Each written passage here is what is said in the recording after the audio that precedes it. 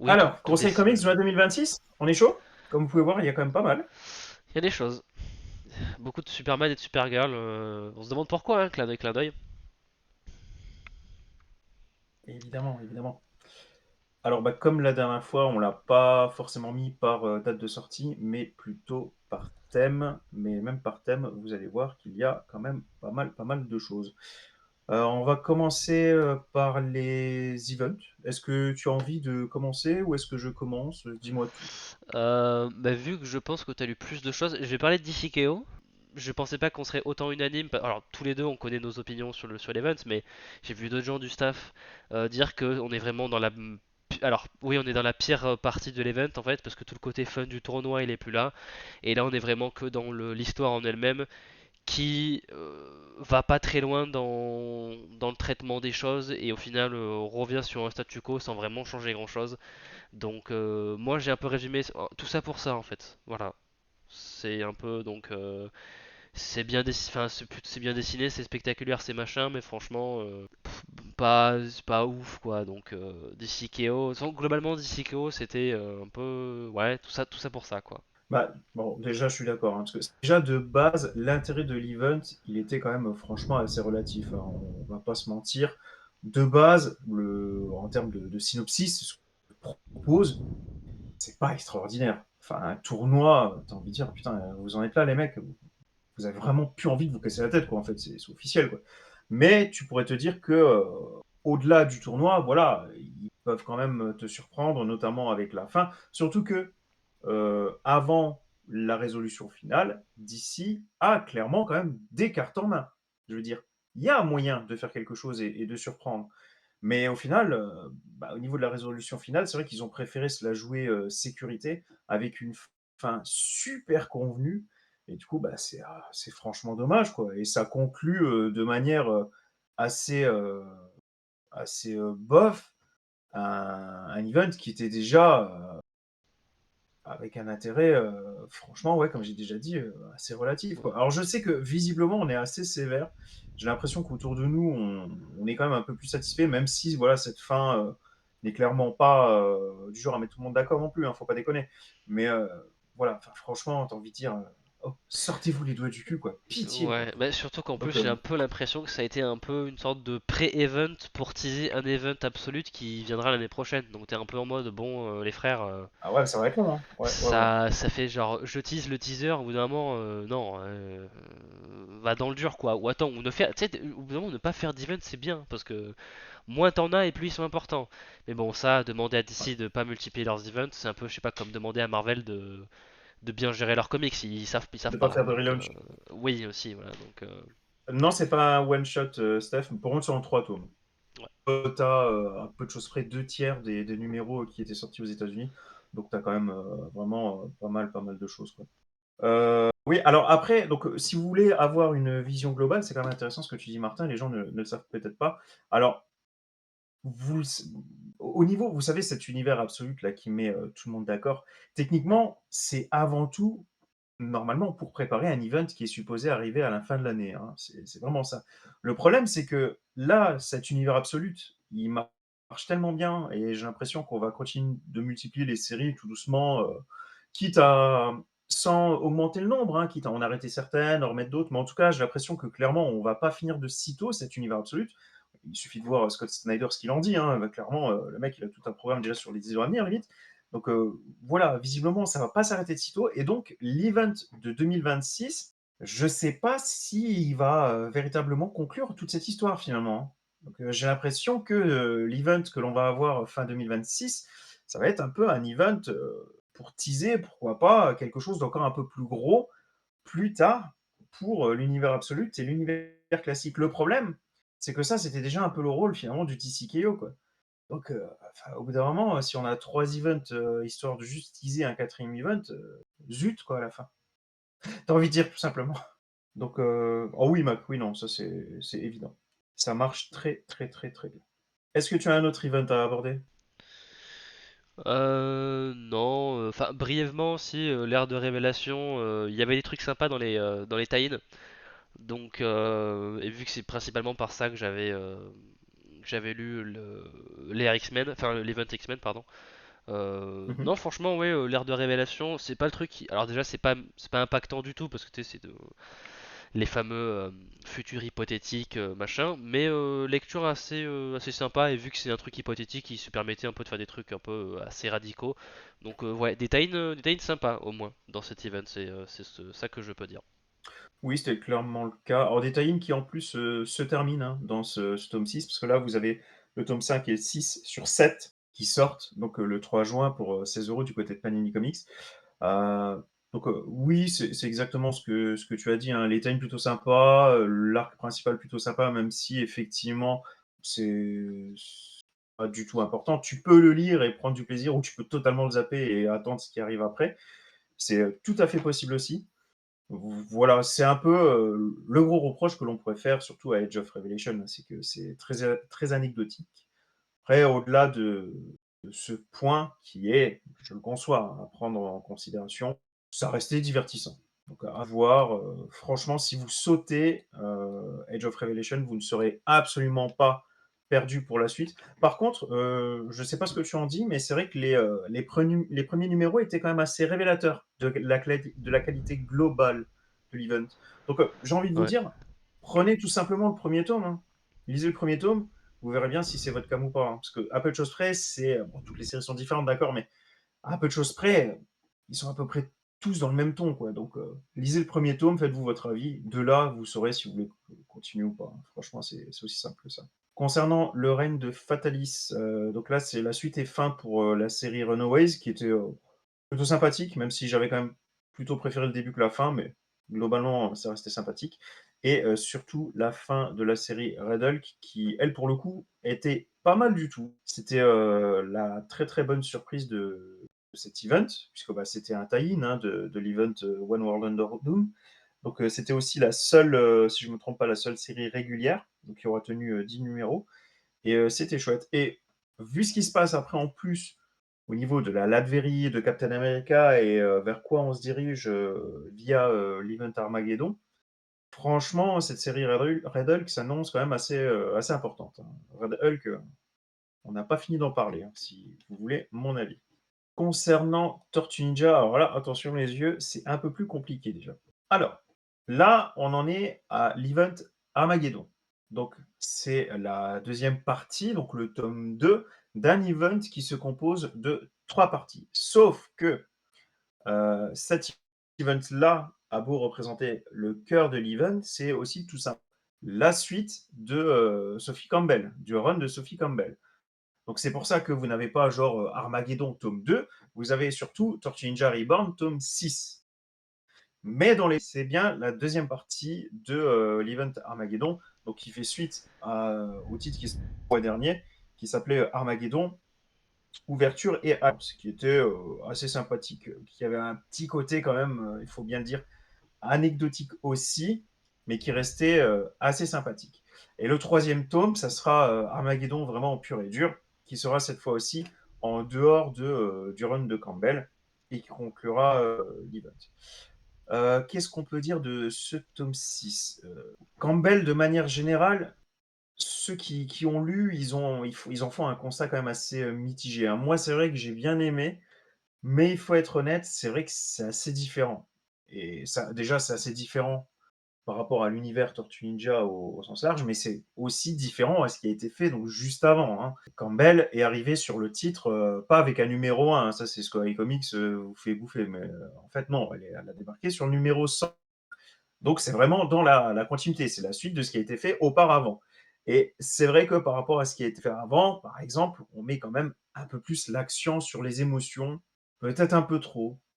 Le run de Campbell n'est pas parfait, il ne met pas tout le monde d'accord, mais globalement, c'est pas non plus catastrophique. C'est normal aussi qu'il soit plus tout souriant, à faire des vannes à tire-larigot. Non, il y a clairement une tension dramatique qui est installée et c'est vrai que là-dessus, Campbell laisse un peu mariner le truc, quoi.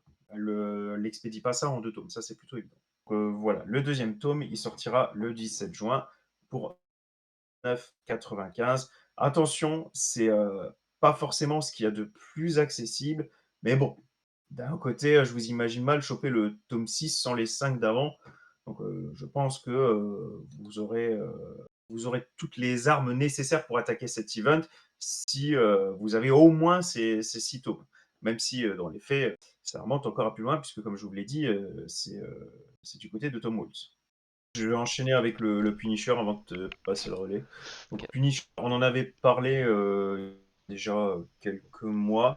Donc là, il s'agit de la série Red Band avec Percy au scénario que l'on retrouvera plus tard encore la série encore suivante d'ailleurs. Euh, Au niveau du Punisher qui a un trou de mémoire, le principe général est quand même un peu facile dans le sens où ok, Castle ne sait plus vraiment qui il est, mais à côté de ça, il reste capable de recharger 10 armes en 30 secondes avec une main dans le dos. Oui, bon, on va dire c'est aussi ça les comics, c'est pas le truc le plus gros jamais vu, mais voilà, ça en fait partie, ça fait partie des comics absolument. Après bon, on est quand même pas mal du tout avec un Benjamin qui s'est pointé sur le titre avec quelques très bonnes idées, plus les dessins de qualité. Franchement, ça reste une bonne option de lecture.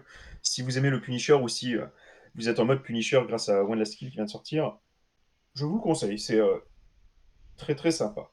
Alors, nouveauté aussi, la première moitié du crossover DC Marvel de cette année, avec donc Superman, Spider-Man. Il me semble que le Spider-Man Superman il sortira en août, si je dis pas de bêtises. Et c'est Urban qui édite les deux. Voilà, c'est un truc qui m'avait un peu étonné.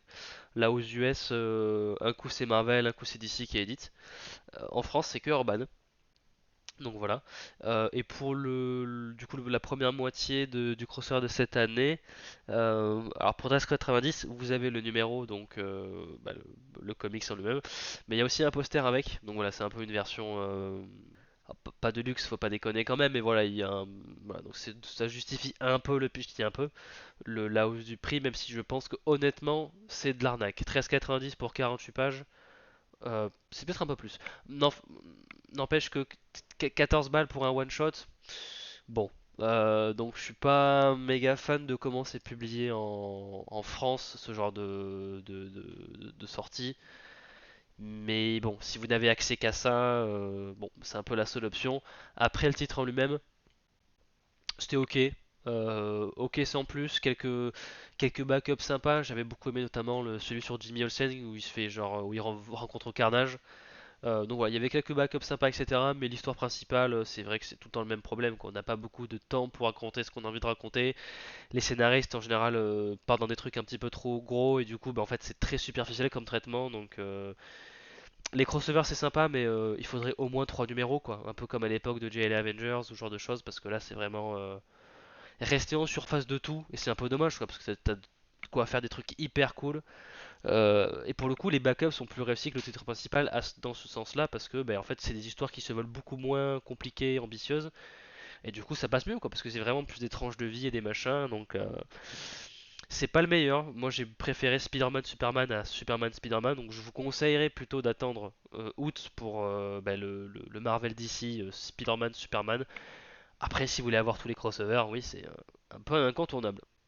Si Urban est le seul à publier les crossovers DC Marvel, une possibilité de voir un jour DC versus Marvel. Euh, En version française, je sais pas. C'est déjà que c'est très compliqué aux US d'avoir des crossovers. Je sais qu'ils vont rééditer GL Avengers aux US. Je sais plus sous quelle forme, si c'est en floppy, en single issue ou si c'est en TPB. Mais déjà qu'aux US c'est compliqué pour les anciens Non, ça peut pas crossovers. être en TPB parce que t'as Marvel et DC qui se partagent le gâteau de nouveau. Genre, t'as le 1 chez Marvel, le 2 Bon, chez DC, le bah, 3 chez Marvel, le 4 chez DC, une connerie voilà. comme ça. Donc c'était numéro par numéro, mais au moins voilà, c'était un peu un pas dans la bonne direction. Mais c'est parce que je pense que la demande est là. GL Avenger c'est peut-être le plus connu, ça faisait partie un peu des souhaits de Perez lui-même. Pour les autres, DC versus Marvel, récemment il y a eu une réédition aux US, mais c'était 150 € l'omnibus, donc faut y aller. Donc moi je suis jamais optimiste sur ce genre de choses. Comme ça, je ne peux qu'être agréablement surpris quand ça arrive. Mais pour tout ce qui est avant, autant je pense que tout ce qui sort à partir de maintenant, je pense que ce soit aux US ou en France, c'est beaucoup plus simple. Mais alors pour ce qui est fait avant, je pense qu'il faut pas trop espérer la solution magique malheureusement. Donc, la seule chose sur laquelle on peut s'avancer, c'est que, vu comme c'est parti, si un éditeur devait le faire en France, ça serait Urban. Parce qu'effectivement, Panini semble vraiment avoir mis Ouais. tout ça de côté, quoi. Sortie Star Wars, évidemment, on parle Star Wars hein, quand même de temps en temps, faut pas déconner, ça fait du bien.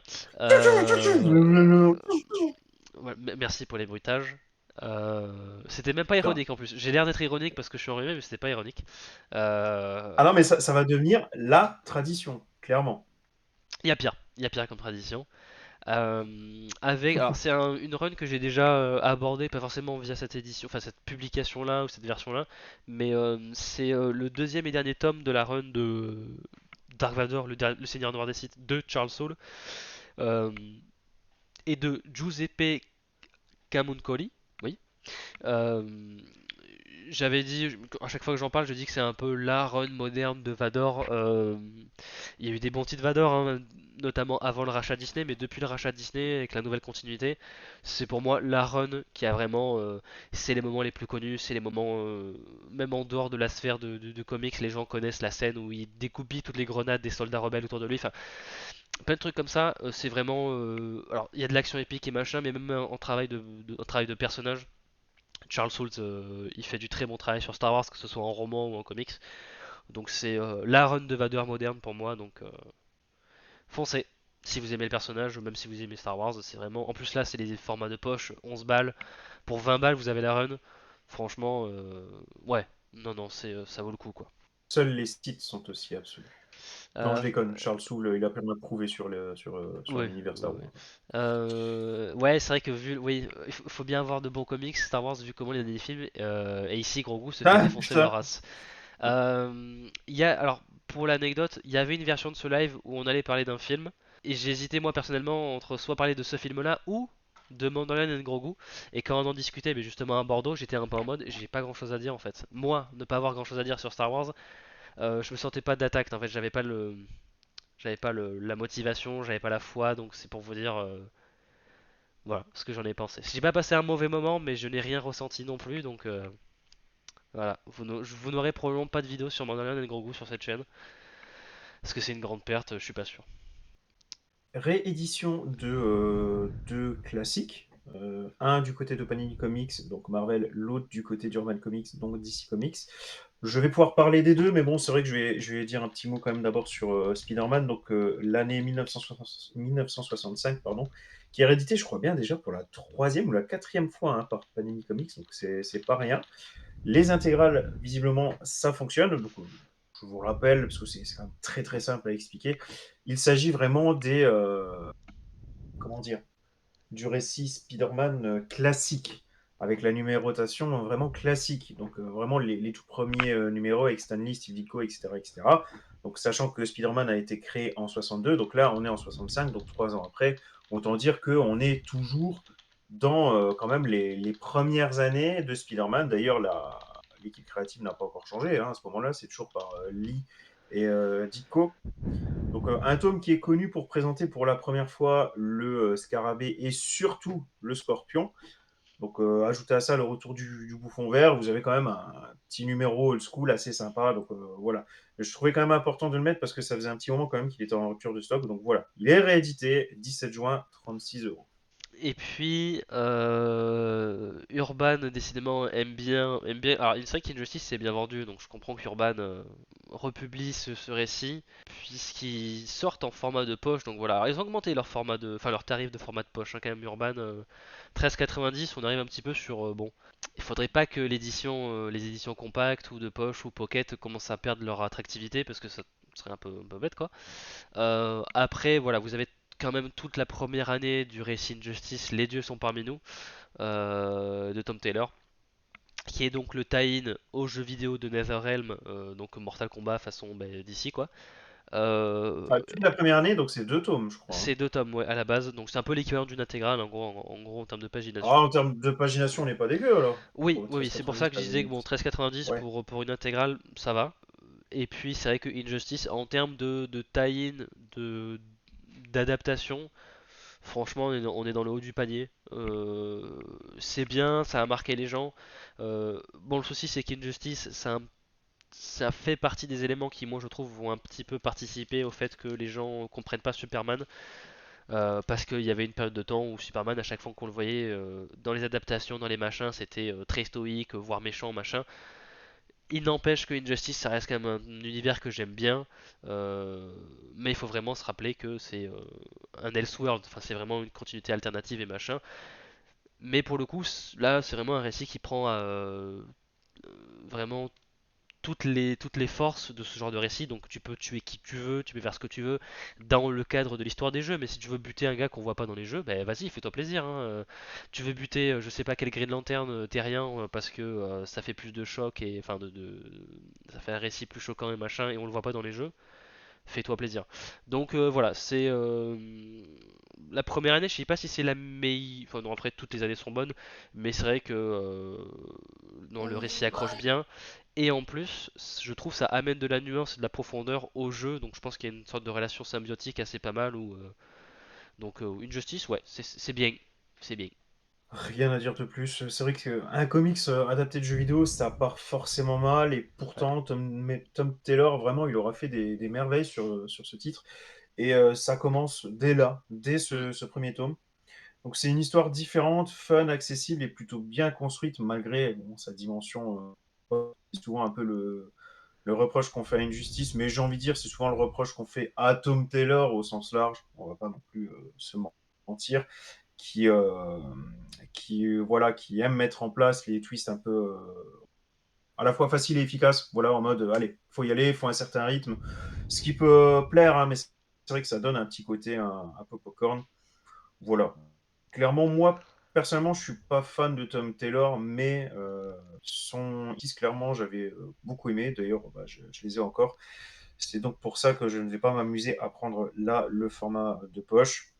En plus, les dessins et la colorisation sont vraiment très bons, donc mm, non, ouais, ouais. franchement, pas de problème. Si vraiment vous connaissez pas, je peux que vous conseiller de choper ça. Après, je pense que le titre est quand même plus divertissant si tu connais un peu quand même les personnages de DC, parce que du C'est coup, ce que j'allais dire, ouais. tu les reconnais quand même, mais ils prennent quand même une direction différente. Bah, Et tu ça, vois c'est un peu, fort, je trouve.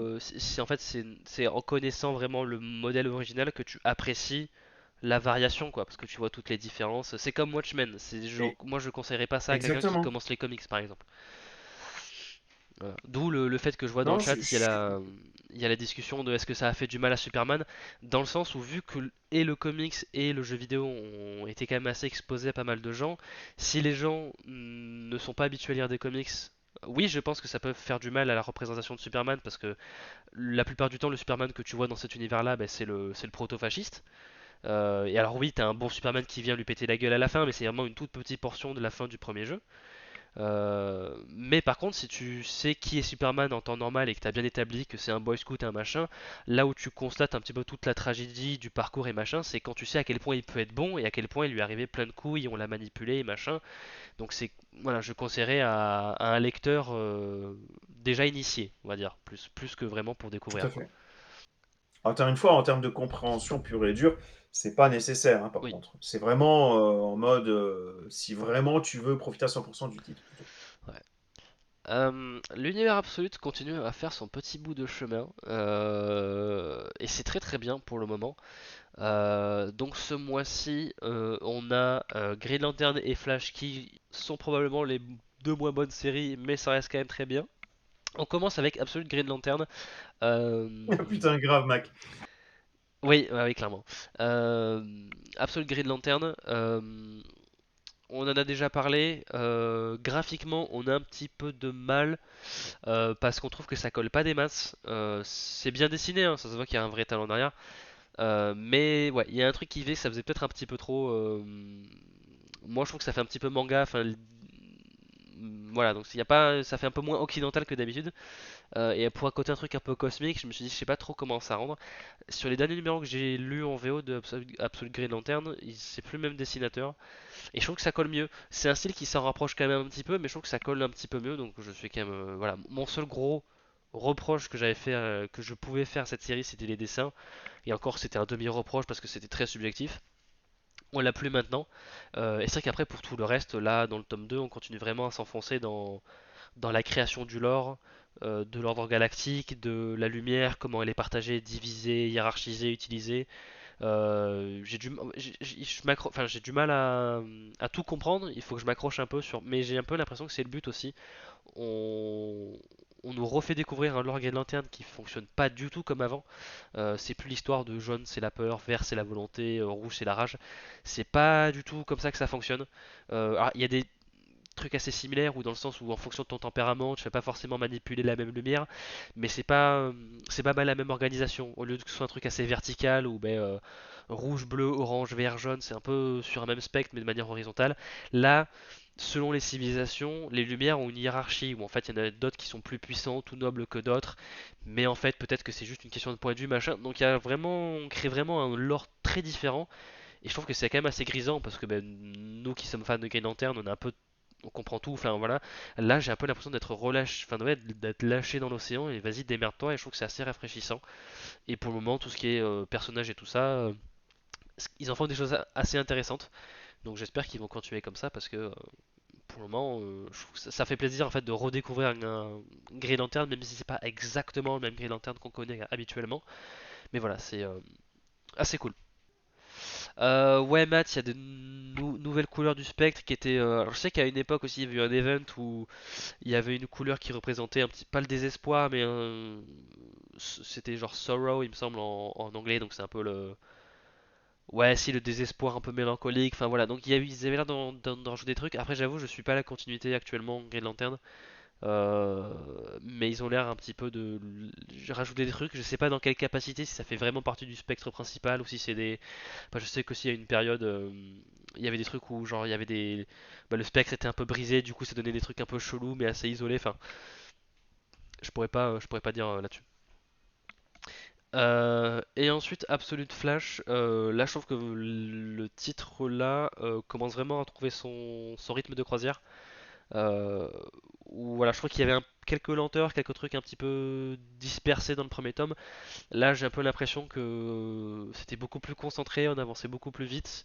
Euh, Là aussi, il y a des ajouts intéressants sur comment fonctionne la force véloce, parce que c'est vraiment la force véloce et machin et tout ça. On redesign certaines créatures, tout ça, donc je trouve qu'on réimagine là aussi un peu le lore Flash, peut-être pas de manière aussi radicale que chez Green Lantern, mais il y a des propositions intéressantes. Graphiquement c'est cool. Et pour le coup la suite, curieux de voir comment un petit peu toute cette mythologie Flash va évoluer parce que je pense que c'est quelque chose qu'on n'a pas beaucoup vu comme ça. Donc là pareil, je trouve que ça tient encore suffisamment en haleine. Ça tient en Barry Allen. Ah, T'as dit, bien trouvé. Non t'as mais dit bien, ça tient en haleine. oui, oui, bien trouvé. Donc non pour le moment pas de grosses, enfin pas de grosses fautes pour l'univers absolu. Donc allez-y quoi. Il y a des propositions intéressantes. Ouais, Max, c'est pas faux. Après, les éditeurs on joue aussi. Hein. C'était toi, Martin, qui avait parlé un peu, je crois, un peu de la culture de l'instant. Où voilà, on préfère mettre une scène, voilà, où t'as Superman et Spider-Man. Voilà, c'est super beau, machin. Vous avez vu qu'est-ce qui se passe. Et voilà, tout le monde va parler de cette scène sur les réseaux sociaux, quitte à avoir une histoire de merde. Mais Hmm. voilà, en fait, il y a eu un moment iconique. Voilà, tout le monde va en parler. Et les éditeurs de plus en plus, tu as l'impression que ça leur suffit. Alors, pas tous, puis les éditeurs, c'est un grand mot, on va dire plutôt certains scénaristes, puisque tu as encore des scénaristes qui veulent se crever le cul. Quoi. Mais à côté de ça, c'est vrai que tu as ce combat avec ces moments iconiques et cette culture de l'instant qui est assez détestable. Quoi. Après, c'est comme d'hab. Enfin, si j'ai cette discussion avec un gamin de 20 ans, il va me sortir, ah, mais ça c'est typique le discours du vieux con. Quoi. Qu'est-ce que je dise au bout d'un moment? Moi je suis pas d'accord parce que Assez j'ai ce compliqué. même discours, j'ai 25 ans donc je pense pas être un vieux con. Con peut-être, vieux je Mais pense toi, pas, t'es tu né vois. vieux con. Oui, c'est vrai, j'ai vrai que j'ai un état d'esprit, mais je suis pas. Mais en fait, je pense aussi que je suis un peu. Alors ça fait un peu arrogant de dire ça, mais je pense que ma génération, on est enfin, un peu parti des dernières années, des dernières générations, ouais, où en fait on a un petit peu connu un monde où Internet était pas partout tout le temps. On a vu, alors de pas grand chose, hein, mais je pense que des gens qui ont à peine 4 ou 5 ans de moins que moi n'ont jamais connu un monde où ils Faire la n'avaient pas un différence. téléphone dans les mains, un smartphone. Moi, mon premier téléphone, je l'ai eu à 14 ans, donc j'ai eu quand même. Internet était genre quand même démocratisé, mais genre je veux dire c'était pas partout. Je veux dire t'avais pas genre Instagram sur ton téléphone, donc j'ai vu un petit peu la transition, la fin de la transition, donc j'ai connu un monde ben l'été, pendant 3 mois, je me faisais chier chez mes grands-parents, tu vois, donc et j'avais pas de téléphone, donc peut-être que ça m'a un peu forgé là-dessus. 3 titres Supergirl, enfin, Supergirl, 2 titres Supergirl et un titre Lobo, mais bon, voilà, qu'on va un peu mettre dans le panier Supergirl, étant donné qu'il est dans le film, vont vous être proposés au mois de juin, et plus précisément le 5 juin. D'ores et déjà reçu, j'en ai lu 2 sur 3. Lobo, donc voilà, hop, l'équipe créative est composée de Keith Given, Alan Grant et Simon Bailey. C'était bien. Franchement, c'était bien. C'est assez marrant parce que, franchement, à peu de choses près, c'est un Deadpool-like. Enfin, à moins que Deadpool soit un Lobo-like. Je sais pas qui a été créé avant parce que c'est pas du tout le type de personnage que j'apprécie. Mais même si effectivement c'est clairement du Deadpool, euh, j'ai trouvé que c'était pas tout à fait pareil parce que t'as pas le côté trouvons des prétextes pour faire rire en fait. Donc et ça, je trouve ça super super important. Typiquement, c'est aussi pour ça que j'adore rire devant les films, si vous voulez, mais que je n'aime pas beaucoup les comédies. Pourquoi? Parce que les comédies, c'est vraiment cherchant des prétextes pour te faire rire. Tandis que si le film te balance une bonne vanne et que tu t'y attends pas forcément, bah, c'est chouette. C'est pour ça aussi que j'adore rire en soirée, j'adore qu'on me fasse rire. Par contre, le mec qui se plante devant moi et qui me raconte des blagues pendant 1 heure à la suite, moi ça me rend dingue, quoi, tu vois. Et là, j'ai pas ressenti ce côté il faut qu'on vous fasse rire. Donc ça, c'est déjà pas rien. J'ai trouvé que c'était fun, divertissant, assez barré. Donc sur ce coup-là, j'ai envie de dire un Deadpool, mais entre guillemets un peu plus efficace. Et du coup, c'était plutôt chouette. Alors après, c'est mon tout premier pas hein, dans l'univers de Lobo. Oui, je sais, ça fait 20 ans que je lis du comics, j'avais jamais eu le Lobo. Bah oui, ça arrive. Il y a plein de personnages, hein, il faut faire des choix. Euh, donc voilà, peut-être que si je lis un titre Lobo par mois, au bout d'un moment, ça va me saouler. Mais là, pour le coup, ça m'a pas saoulé. Le dessin était vieux, brouillon, parfois moche. Et du coup, j'ai trouvé ça génial. J'ai trouvé ça génial, mais pareil, je trouvais que ça collait parfaitement à Lobo. Mais regardez, alors déjà là, vous avez Lobo, je le trouve vraiment du feu de Dieu. Et alors, à côté, en fait, ça, c'est sa prof. Et putain, le design qu'ils ont fait à la prof, quoi. Mais sérieux, mais typiquement, enfin, tu vois la prof, il y a écrit prof sur sa gueule, quoi, je trouve. Avec tout le respect que j'ai envers les instituteurs, les institutrices, hein. Je trouve ça génial, quoi. Enfin, j'ai adoré. Donc, ouais, franchement, c'était une très très bonne lecture. Euh, peut-être un peu cher. On est quand même sur du 15 balles, bon, pour du soft cover. Un petit peu cher parce que bon, vous voyez, il est pas bien épais. Donc, je me suis pas fait chier à faire le calcul. Alors attention, peut-être que je me trompe, mais 15 balles, j'ai peut-être trouvé ça un chouïa chéros, quoi. Est-ce que je peux vous montrer encore des cases un peu hop, hop, hop, ouais, regardez, vous avez pas mal de cases comme ça où c'est un peu, il y a un petit côté schématisons, allons à l'essentiel. Et vu le titre, c'est vrai que franchement, ça passe bien. Très, très, très satisfait. Donc voilà, écoutez, si vous êtes comme moi à la base et que vous en avez marre d'Harley Quinn et que vous n'aimez pas Deadpool, Lobo, c'est supposé être la même chose, mais là, pour le coup, j'ai bien aimé. Le deuxième titre, c'était Supergirl, Being Super. Hop, hop. Équipe créative composée de Mariko Tamaki et de Joel Jones. Il sort aussi le 5 juin pour 20,50 €. Alors là, vous voyez, cette fois, par contre, il y a de la page. Bon, en même temps, c'est 5 € de plus, hein. Mais oui, il y a de la page. Alors, au niveau de la description d'Urban Comics, il disait que gros titre de Supergirl avec Woman of Tomorrow. Bon, étant donné que il y a énormément de choses à lire, je peux pas vraiment dire que je me sois penché par le passé sur le personnage de Supergirl. Donc, du coup, j'ai attaqué ça avec un peu le sourcil qui se levait, quoi, en mode oh, c'est bizarre, moi j'en ai jamais entendu parler. Je tiens un site de comics quand même à la base.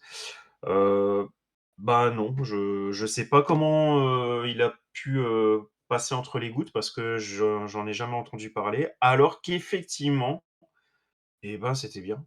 franchement, ils l'ont mis au même niveau que Woman of Tomorrow, bah, je suis d'accord. Alors c'est pas du tout pareil, hein. Là, on est sur du Supergirl vraiment plus classique. C'est-à-dire que Woman of Tomorrow, j'ai toujours dit, c'est bizarre parce que déjà de base, c'est pas un titre Supergirl. Là, c'est vraiment un titre Supergirl, par contre. Vous avez Supergirl vraiment du début à la fin. On te la positionne dans le rôle de l'adolescente qui est un peu en pleine transformation. Ce qui sous-entend que voilà, il y a des changements au niveau du corps, mais au niveau bah, des pouvoirs. Parce que, bien sûr, il faut chez les wagons, évidemment. Euh, et c'était génial. Et j'ai même envie de dire que pendant un bon moment, tu faisais que suivre Supergirl euh, à l'école. Je veux dire, ils auraient même pu dire que la jeune fille s'appelait pas Kara et que c'était pas un titre Supergirl, ça serait passé parce que jusque-là, tu n'avais pas vraiment de preuve de cet aspect super-héroïque. Et c'était exceptionnel. Et c'est à tel point que, une fois que tu bascules un peu dans le super, que tu bascules un peu plus dans le super via un tremblement de terre, bon, j'en dis pas plus, bah, t'es presque déçu. En mode non, non, non, non, non, non, mais c'était bien, ne changez rien. C'est pas grave si vous faites pas de Supergirl. Parlez des adolescents, c'est bien. Parce que là, pareil, on te parle pas des adolescents avec un mec qui avec un marteau-piqueur en mode comme les adolescents souffrent. Non, là, on te montre la difficulté d'être adolescent, mais avec une écriture travaillée, quoi. Enfin, je veux dire, là, on te balance pas les adolescents en mode est-ce que tu as vu comme ils souffrent, mais bien ils vivent et dans leur vie, bah, c'est pas toujours facile, plus comme ça. Ce qui est vrai, bien évidemment que c'est vrai. Donc, franchement, c'était très, très, très, très cool. Je peux que vous conseiller. Je vais vous montrer un petit peu les dessins vite fait. Alors, oui, c'est un soft cover. Quelle collection? C'est de l'Urban Blast. Franchement, c'était très, très cool. Est-ce que je peux vous montrer un peu ce qui se passe? Hop. Bon, la cover déjà en elle-même est très très cool aussi. Hop. Tout est bon hein, en fait, hein, que ce soit dessin, colorisation. Ah, là. Hop.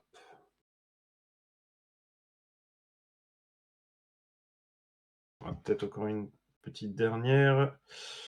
Le problème c'est que là je commence à aller tout doucement dans la partie spoilante. J'aimerais éviter quand même. Retournons plutôt. Hop, allez, on va parler de là.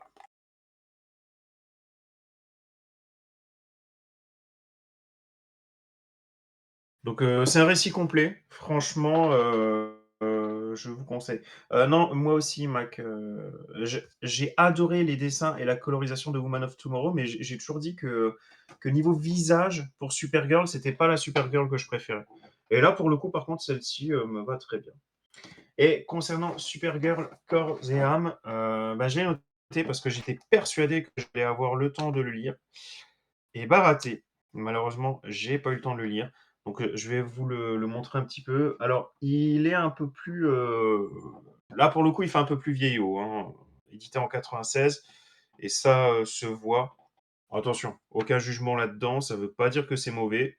Ça veut dire ce que ça veut dire. C'est que tu as des dessins et une colorisation qui font quand même très années 90. Voilà, strictement rien d'éliminatoire, mais il faut en avoir conscience, hein. Si vraiment vous êtes un jeune lecteur et que vous avez surtout l'habitude des dessins et de la colorisation un peu plus moderne, donc attention, celui-là c'est un peu plus vieillot. Mais écoutez, sans l'avoir lu, critique quand même très prochainement sur MDCU, voilà, je fais la petite pub. Sans l'avoir lu, si il est à la hauteur des deux autres, dans ces cas-là, je vous le conseillerais aussi, hein. Je... Ils se sont fait chier, Urban Comics, là. Je sais pas ce qui leur est arrivé, mais d'habitude, c'est plus on propose plein de titres et puis voilà, prenez ce que vous voulez. Là, j'ai l'impression qu'il y en a un peu moins, mais de qualité. Ou en tout cas, où tu peux te poser la question sur chacun des livres publiés. Donc franchement, merci. Merci beaucoup Urban, vous avez fait du bon taf. J'ai hâte de le lire en espérant du coup, comme j'ai dit, bah, qu'il soit au niveau des deux autres. Donc voilà, je mets ce titre-là entre parenthèses parce que pour l'instant, je ne sais pas, mais en tout cas, Lobo et hop, Supergirl Being Super, ça sort le 5 juin. Je vous conseille les deux.